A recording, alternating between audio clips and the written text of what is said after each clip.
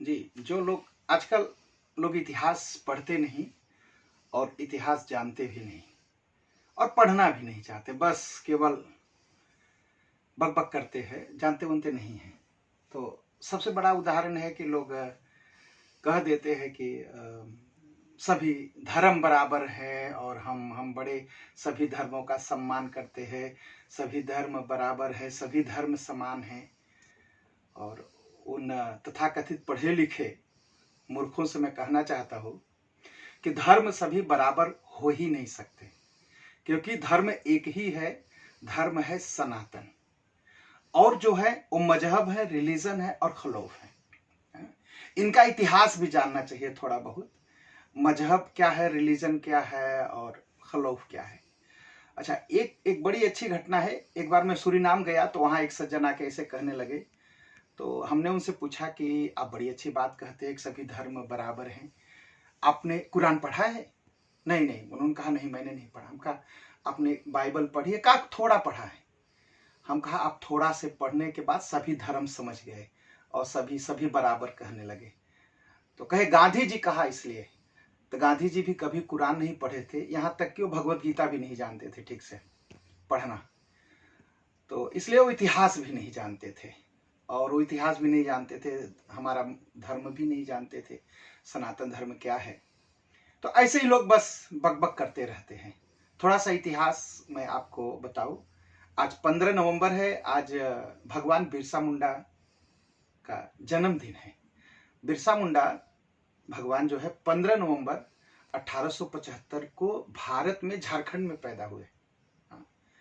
और ये सत्य है, दुनिया में केवल भगवान अगर अवतार लेते हैं तो भारत में ही लेते हैं और कहीं जाते नहीं अवतार लेने। तो भारत ही एक भूमि है जो देव भूमि है, जहां भगवान जन्म लेते हैं। तो भगवान बिरसा मुंडा वहां 15 नवंबर को पैदा हुए थे। वो वनवासी थे, जंगल में रहते थे और उनके माता पिता भी जंगल में रहते थे, बहुत गरीब थे। और तब तक क्या था कि एक क्रिश्चियन मिशनरी एक चर्च जंगलों में पहुंच चुके थे। तो करते क्या थे, एक क्रिश्चियन मिशनरी लोगों को बकेर करते थे, उनका मत परिवर्तन करते थे। कहते थे कि जीसस जो है जीसस हमारी रक्षा करेंगे और जीसस हमको बचाएंगे, जीसस की शरण में आओ। तो भगवान बिरसा मुंडा के मन में बार बार यह आता था कि जीसस कौन है। तो भगवान बिरसा मुंडा एक दिन चर्च में जाते हैं और चर्च में पूछते हैं कि ए जरा जीसस के बारे में बताइए। तो बताया गया कि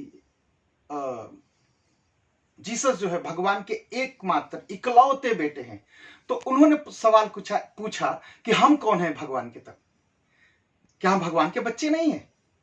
तो वो जो पादरी था वो चुप हो गया, वो चुप हो गया। फिर दूसरा पूछा, आप कहते हो कि भगवान के पुत्र हैं जीसस और जीसस हमारी रक्षा करेंगे, तो ये बताइए जीसस को तो आप बताते हैं कि फांसी पर टांगा गया, तो जीसस अपने आप को क्यों नहीं बचा पाए? तब भी पादरी चुप हो गया। फिर पूछा कि अगर जीसस अपने आप को अच्छा नहीं बचा पाए तो जीसस के पिता जो गॉड हैं वो क्यों नहीं बचाए? फिर भी पादरी जवाब नहीं दे पाया। तो इन्होंने कहा जो अपने को नहीं बचाया और जिसको उसका बाप बचाने नहीं आया, तो क्या गारंटी है कि मुझे बचाने आएगा? तो पादरी कोई जवाब नहीं दे पाया। लेकिन एक जो चर्च के लोग थे जंगलों में बड़ा अत्याचार करते थे। क्या करते थे? जो बकेर हो जाते थे उनके परिवार की बहु बेटियों को मजहब के नाम पर, विश्वास के नाम पर उनके साथ बलात्कार करते थे। जैसा हॉलैंड में हुआ, जैसा फ्रांस में हुआ, जैसा अमेरिका में हुआ, जैसा जर्मनी में हुआ, जैसा कनाडा में हुआ। ये सारा इतिहास हम सब जानते हैं। चर्चों में क्या क्या पाप होते थे और क्या क्या होता था औरतों के साथ। हाँ? सारी बातें छिपा के रखी गई, क्योंकि सनातन धर्म है, यहाँ बातें छिपाई नहीं जाती, यहाँ बातें बताई जाती हैं। तो चर्चों में बातें छिपाई गई, क्योंकि रिलीजन है, मजहब है, इसमें छिपाना चलता है, एक लाइन में चलना, कुछ भी हो जाए। तो भगवान बिरसा मुंडा बार बार यह सवाल करते थे कि ऐसा क्यों है, क्यों ये चर्च के लोग जो इंग्लैंड कहां से आए, विदेशों से आकर के हमको धर्म सिखाते हैं और हमारी बहु बेटियों के साथ अत्याचार करते हैं।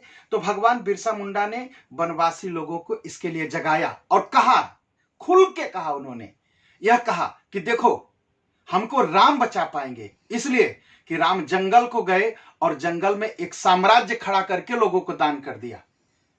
और राम को कोई सता नहीं पाया, क्योंकि राम मजबूत थे, राम बली थे, राम ताकतवर थे, राम भगवान थे, साक्षात ईश्वर थे।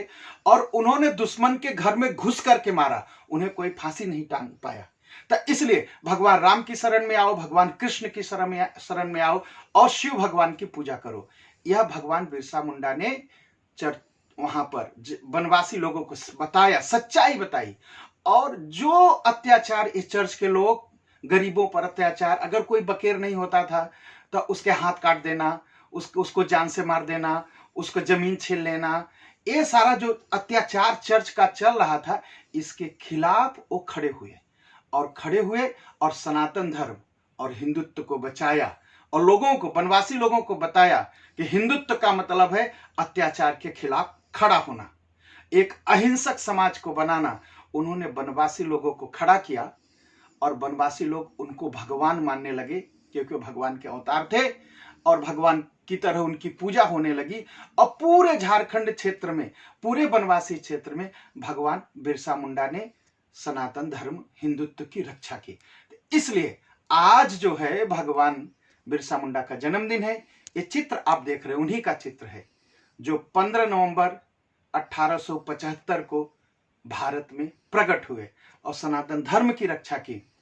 तो ऐसा ही भगवान बिरसा मुंडा जिस तरह हिंदुत्व की रक्षा करते हैं, उसी तरह हमें भी हिंदुत्व की रक्षा करनी है, अपने राम जी के विचारों का प्रचार करना है, सिद्धांतों का प्रचार करना है और हिंदुत्व को बचाना है। हम यही संकल्प लें और बार बार भगवान बिरसा मुंडा की जय बोले। बोलिए भगवान बिरसा मुंडा की जय।